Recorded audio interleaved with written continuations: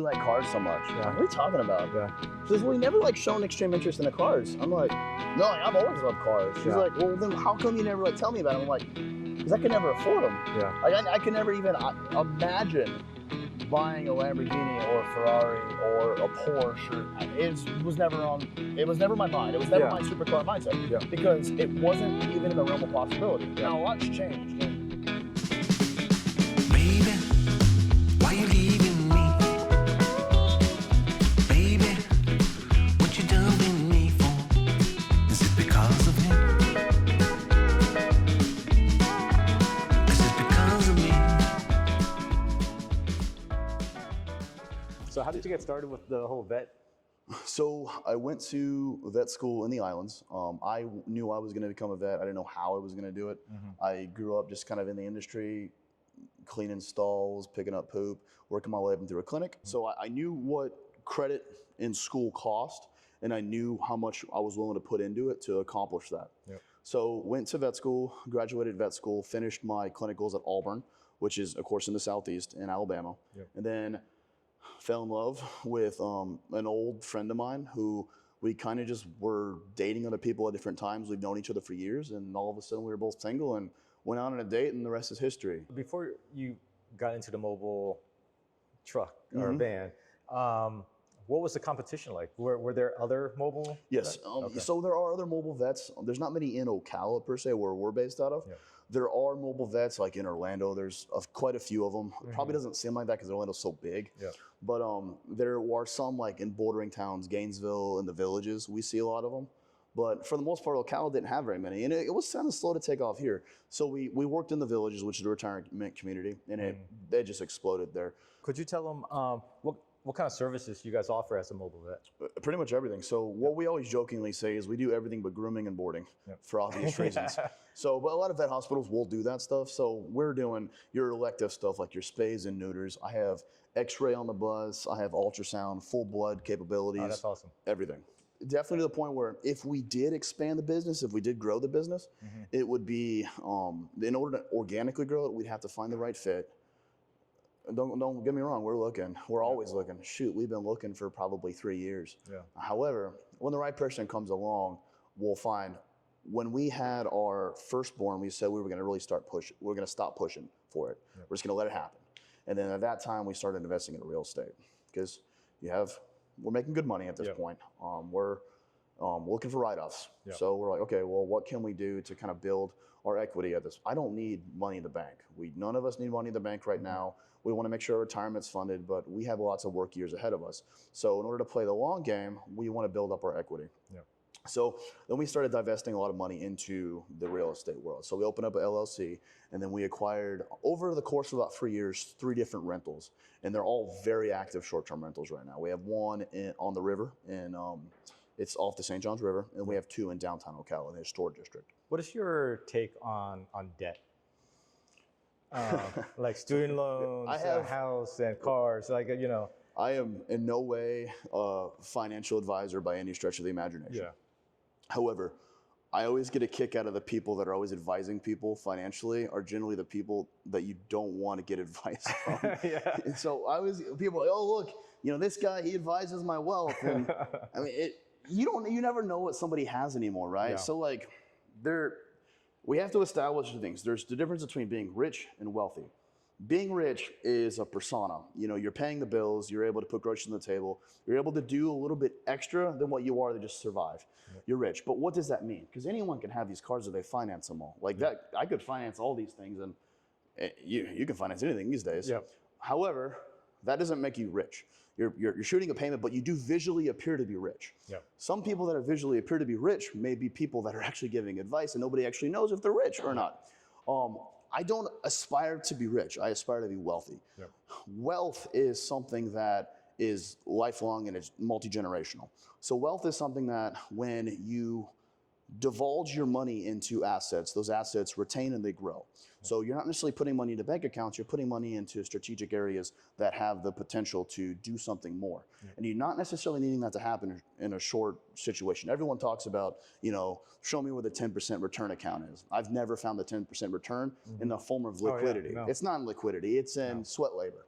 So there are certain assets, and with the cars, I haven't had to convert any of these assets to things that actually convert into wealth, because this hobby has just kind of started. All right, let's put some money in this hobby. Let's trade, let's flip, let's trade, let's flip, and then let's develop the things that were kind of on my list of cars I wanted. Yeah. This is a hobby. However, when it comes to developing the wealth that we're creating, it's how do I put the money that I have into things that will make the money that I have exponentially grow? And accepting the fact that I don't need it to grow now. I need it to grow to the future. Yeah.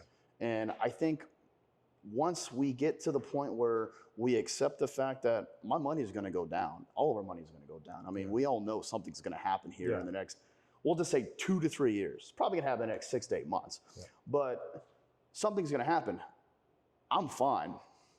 Don't get me wrong. Our business is probably going to go through some hard times, just like any business is. Yeah. But we set ourselves up for being in a situation that we're not super debt heavy and we're not super over leveraged, where it's going to cause problems. We prefer a debt-free life within reason. Yeah. Debt is also good in a tax situation, because debts, you can write off a lot of debts. Mm-hmm. And you can write off interest. Now, the idea is, do you want to finance everything and write interest off because it's still money you're paying, or do you want to actually take that money and do something else with it that builds equity?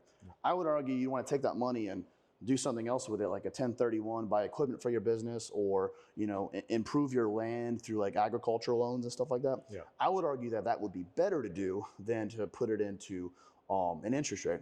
However, do we have things that we owe money on? Absolutely. Yeah. The things that we owe money on are not the things I need to survive, though. The things that I owe money on are, I got a boat.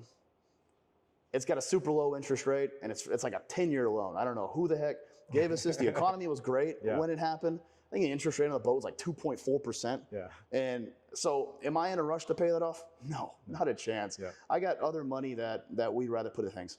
We own our house. We own all of our vehicles. Mm-hmm. We own things that we need to survive. One of our rentals we own outright. The other rentals kind of helped us buy that one outright. Yeah. The other 2 rentals, the real estate LLC does own some debt on them. However, does it service the debt tenfold every month? Yeah. And that's stuff you can write off on a monthly basis. Yeah.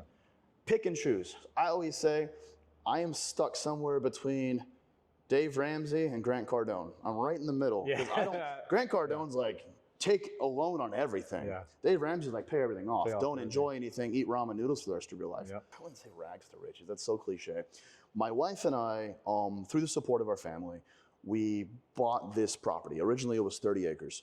This property was, at that time, just being cleared, and this was our dream to pretty much start a farm. We had nothing. I just graduated vet school, $250,000 in debt. Vet school is super expensive. Oh, yeah. And I had some student debt. Didn't own anything, didn't own a car. I was driving my mom's car, paying her like $300 a month for an old Mercury Milan, back when Mercury was a thing. So I had a job, making good money, not great money. I was definitely fresh out of school. I could not very well afford to even put groceries on the table for about 6 months. Wow. She was struggling, I was struggling. We had this brilliant idea that what we were gonna do is we were gonna buy a camper and a generator and a water tank, and we're gonna drop it out here, and we're gonna move out here. We were gonna make this work. Yeah. And eventually we'll have enough money to put a down payment on a house to build a house. Yeah. So we did that, lived in a camper with no power, just a generator every night, turn the generator on. Yeah. And we had no water. So we convinced the neighbors that we could like rent a hose from there. It was a 250-foot hose that we ran all the way to the other farm, just so we could like fill up the tanks once a week. Yeah. So we did that for a year and a half. A year and a half. Eventually the house was done. She could have left me a million times. And at the same time, we were starting our business as well. Yeah. So it's us in a swamp for a year and a half in a small camper, and while starting a business. How long did it take you, like once you quit your normal job or like working for someone, coming out yourself, starting your business, how long did it take you and your wife to be like, we made it? Like about 60 days. 60 days? Wow. 60 days. So we knew, and just these numbers are probably not gonna be the most accurate, but I believe at the time we needed to make like $12,000 a month to survive. That allowed us to eat, that allowed us to put fuel in the vehicles, that allowed us to get to the next month, pretty much. I think the first month we did like 46. And we went from making $12,000 before we quit to a jump of 46 in 1 month with just like, I quit. Don't get me wrong, those 30 days are pretty hectic. And we're watching the numbers as the month goes on, but we're busy. Calls are coming in. we're saying yes to everything. You know, we're out there, you know, flipping pigs, and we're doing all. I'm looking at, you know, guinea pigs, just all sorts of stuff. We did not understand what the word no was, and it paid off. And we were to the point where we were able to continue to invest in the business and to say, we did it. Yeah. You know, like, we're not going to fail. Yeah. We are not going to fail. And don't get me wrong, like, there are some times early on in business where it's like, you're watching the news, you're like, yeah, they say it's going to happen. You know, 60% of small businesses fail within the first 12 months. Yeah. So that's terrifying. And you can hear that statistic. If you look at anything business-wise that's focused around small animal, they love to drop that statistic probably in 40% of literature. They always say it. And here I am, you know, a few months into this business, it's like, I can't see how we'll fail at this point, but certainly I'm definitely a pessimist. Like, let's not let this happen. All right, I'm gonna go do surgery now. You know, like, it's 11 o'clock at night. Like, we're gonna go, I'm not gonna chance it. I'm never gonna tell anyone no. So we just kept that attitude probably for about 2 years. Yeah. And this before kids? Before kids. Yeah, I worked every day of the week for 2 years straight with my wife. So she was about 5 days a week with me, because when you work with your wife every single day, I would do it 7 days a week, 24/7. I love working with her. It attracts me to her, watching her work, because I know it's what she does. Yep. She'd probably kill me. So, and that's a typical wife, I feel like. Working every single day with your wife, eventually she'd probably kill me. I'd be happy with it. Yeah. But we work great together. That's awesome. Don't get me wrong. I mean, when you're working 11 o'clock at night and you've been going since 6 a.m. with your partner, her whole thing was like, I think her number one rule was, when we stop to eat, it has to be a sit-down restaurant that has a waiter, not counter service. Like, that was the rule. Yeah. Like, I'll work these hours, but we are going to sit down and stop work for like 45 minutes to just communicate like lovers, not like business partners. Yeah. And it helped a lot. Yeah. Then we got pregnant. And then I guess it helped. Well, we got to see Dustin's garage and toys, but I think if you guys ever want or dream of lots of land, Dustin has something to show you guys. Absolutely. So let's take a look.